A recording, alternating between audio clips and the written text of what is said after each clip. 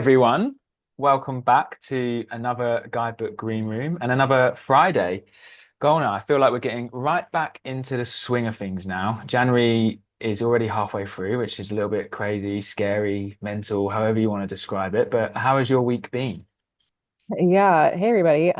Nathan, my calendar is already insane. I have had so many meetings, too many meetings. But it's great to catch up with teammates. It's great to reconnect with clients. And we're seeing some really great progress on all of our projects. So it's crazy, but it's all good crazy. How are things going for you? That's great. Yeah, Jan is good so far. I feel like we've gotten up to sprint speed quite quick. Mhm. Yeah, it's not been a kind of steady easing back in. But can't complain. That's a good way to be. I'd rather be super busy than super quiet. But yeah, can't complain. 2025 is, I think this is how it's going to be all year. So we won't keep talking about how crazy busy we are every week. But today, what I wanted to do was talk about personalization. And I'm interested in that from two angles. Personalization from events, but also what does personalization mean when we think of Guidebook as a product? Yeah, personalization continues to be a really big topic in the event space and also just for all of us as global citizens in like a digitized world. So I'd love to hear from your experience, given you've managed so many events over the years, what role, if any, has personalization played? Yeah, it's a great question. And going back like over a decade, which is a crazy amount of time, it really does depend on the event. But the truth is, it wasn't at the forefront like it is so much today. I feel I'm hearing a lot of people talking about personalization. I'm speaking to a lot of people that are thinking about personalization. Whereas when I was running conferences, and I'm going to pick one that I ran, which was like a data leadership conference, right? And we had over 1,000 people attend, and it was, I don't know, 40 plus sponsors, a lot of content. The way we were approaching personalization was really all about giving people options and allowing them to think about their own journey, if that makes a lot of sense. And that's through like tracks and different sessions. So we're ensuring, we were running content-driven events. So we're ensuring that the content we're creating would allow people to create a comprehensive learning journey throughout the event. So that would mean going into depth, let's say data visualization, machine learning, what data warehousing, you get the gist.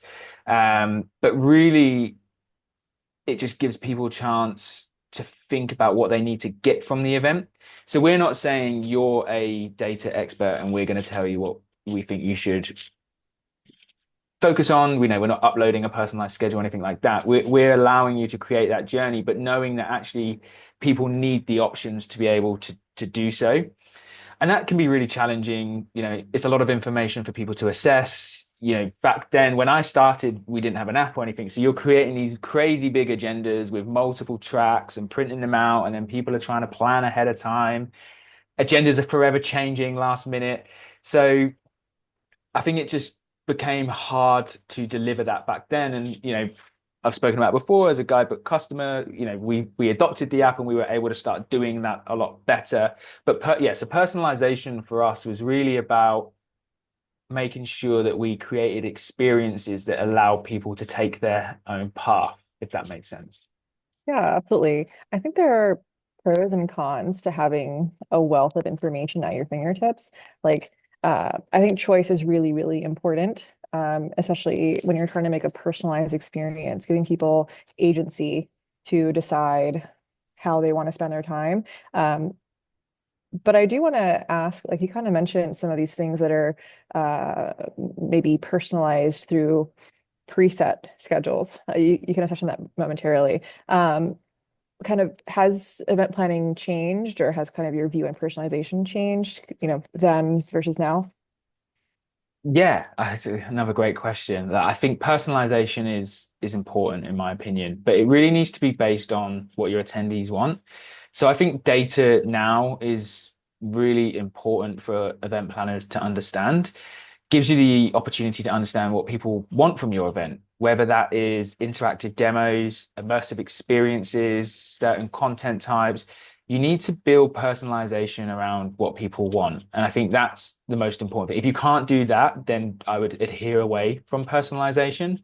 Um, and you need to have a wealth of data and data collection opportunities that can get you what you need in terms of being able to piece all of that together. So event teams, I think today, especially now more than ever, need to be a lot more data driven. It will also help save you a lot of money too, because it will get rid of you planning and thinking about the things that maybe you don't need to. I've definitely been guilty of creating sessions or tracks that really didn't add value or add opportunity for attendees. So personalization can't just be superficial, and really it needs to be built, yeah, as I said, on those attending the event. So imagine seamlessly meeting people at an event that are trying to address the same challenge as you. Maybe they're assessing the same products or solutions, and you will be able to create a unique bond between them, and you can get that data ahead of time. So yeah, assess and collect data and information ahead of time. Don't make any assumptions. And I think you can really start using personalization as quite a powerful tool. But also ask your audience, I would say, understand, do they want to be guided in that way? I think that's really important. Yeah. Like you said, it kind of comes back to delivering value and figuring out what that means for your audiences, right? So personalization could mean the attendee chooses what they want to do, like a buffet, right? You're just stacking your plate super high. Um, Personalization can also mean you as organizers know your attendees and can curate the experience, kind of like having a personal chef delivering a perfect meal. I'm just hungry. That's why I'm giving these metaphors today. Um, I think there's something in there in what you said about the identity of the individual, right? And also the relationship between the organizers and the attendees. Do you think there's potentially a risk of over personalization? Like, how do you avoid saying, we know what's best for you? Yeah, 100%. I think there is risk in anything that event planners might do. And I think personalization, there is a lot of risk that you can get it wrong. I know I kind of touched on before that you do need to understand your audience. I think you can get away with asking a lot of questions of people, as long as they're relevant and they can see what value you're trying to create from that. Um, I've spoken before about registration forms being too long, and people needing to really think about what the high value questions are at that point to limit friction to people signing up to your event.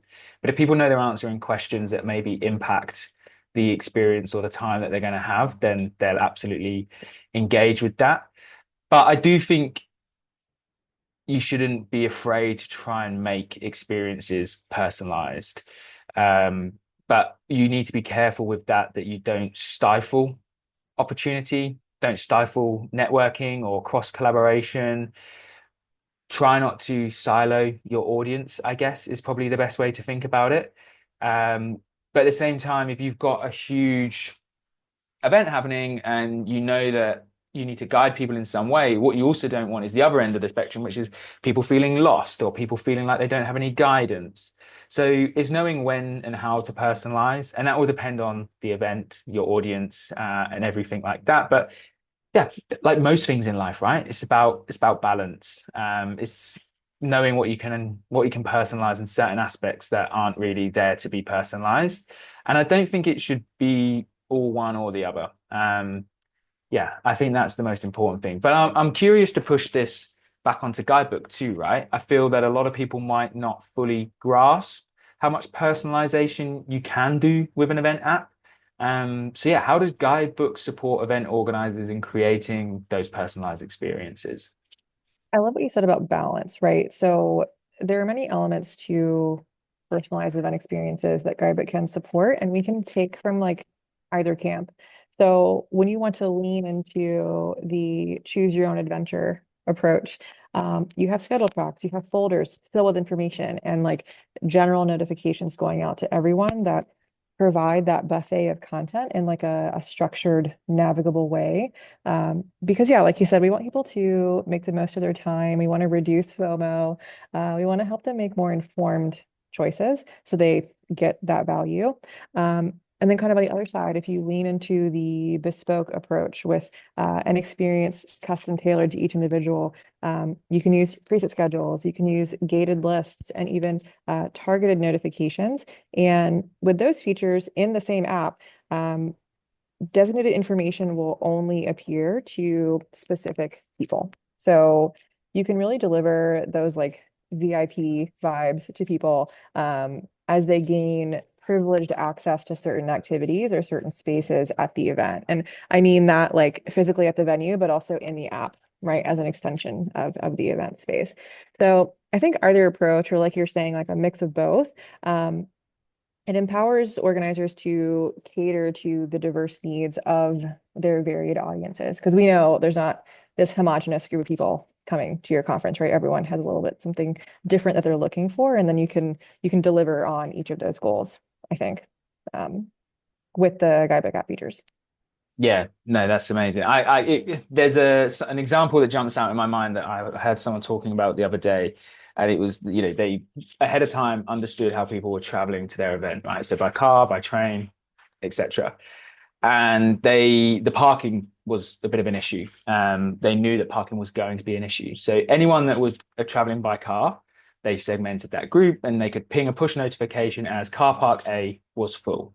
So then it was getting ahead of that kind of frustration to drivers saying, turning up at a car park that's full and then having to think about where the next one is. So they were kind of trying to manage that as best as possible. And even that is a touch of personalization just by your mode of transport that you can think about. And I think that's a great way to kind of just show that personalization doesn't have to be this heavy touch approach. It's just these minor little things that make the experience more memorable. But I wonder as well, kind of coming back to Guidebook, it does make me think about connection, right? And that's a really important thing about events. We know that people want to connect and to meet one another. Are there ways in which Guidebook and personalization work to better support connection? Yeah, I love the story. I think it's really important to reiterate how technology can facilitate real world interaction, whether it's we've all been there driving our car trying to find a parking spot, or like wanting to find our identity in the crowd of people at an event. We want people to use our app not just to browse a list of speakers, but to really enrich and enliven the time they're choosing to spend at events. So from the content side, we want people to see something that's relevant to them, whether it's through tracks, presets, gated lists, any of those. Um, that sparks that feeling of like, oh, this is for me, right? Personally.